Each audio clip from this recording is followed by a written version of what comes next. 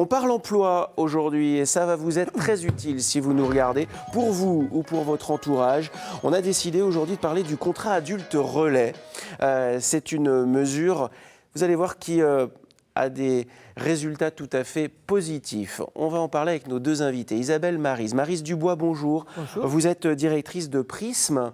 Lorsque l'on parle du contrat adulte relais, de quoi s'agit-il ?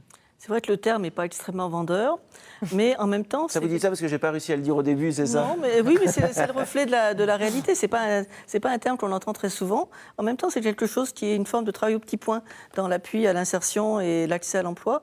En fait, c'est un contrat de travail qui est très accompagné par l'État. Il y en a environ 4000 en France.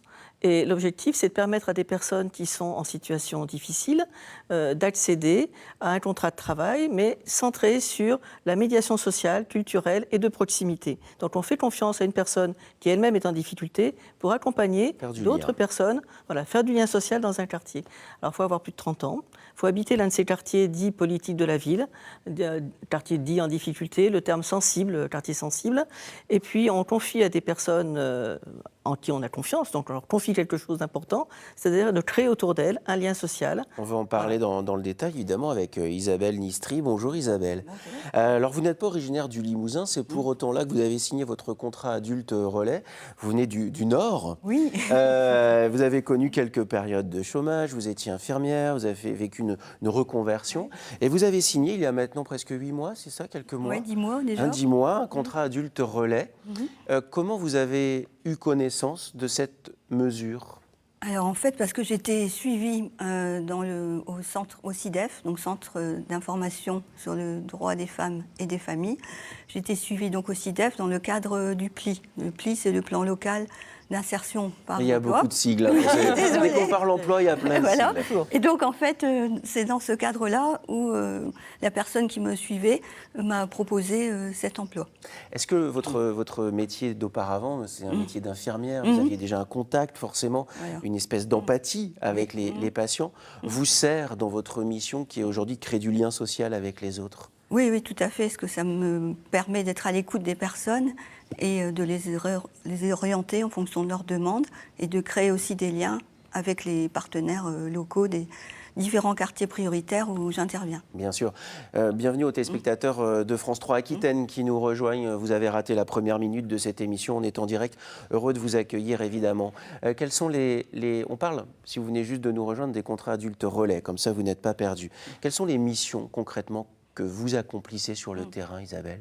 Alors, c'est rapprocher les habitantes des 9 quartiers prioritaires de ce qui existe pour elles et qu'elles ne connaissent pas.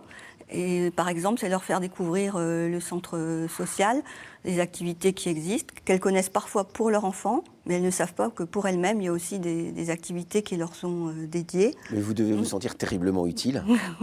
Parfois, parce que c'est pas toujours évident. Évident, voilà. Et puis il faut accepter qu'il faut un peu de temps aussi pour que ça prenne, quoi.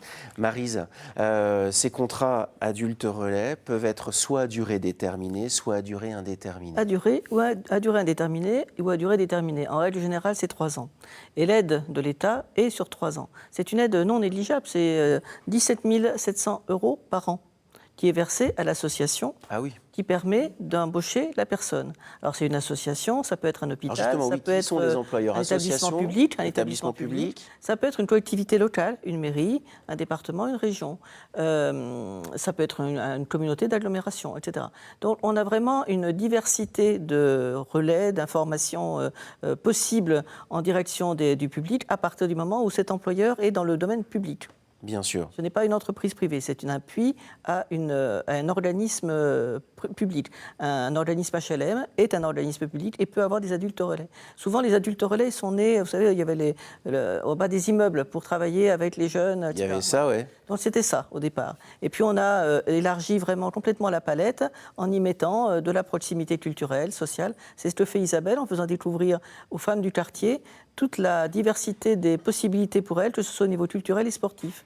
on a participé comme ça à tout sport. C'est du gagnant-gagnant, C'est du évidemment, pour gagnant-gagnant. tout le monde. Ça Est-ce que vous permet, c'est très subtil en fait, c'est vraiment du travail au petit point. C'est du travail de terrain. C'est du Oui. travail de terrain. Hein. Isabelle, Maryse, vous restez avec nous. Vous acceptez de répondre aux questions que les téléspectateurs se posent dans quelques instants?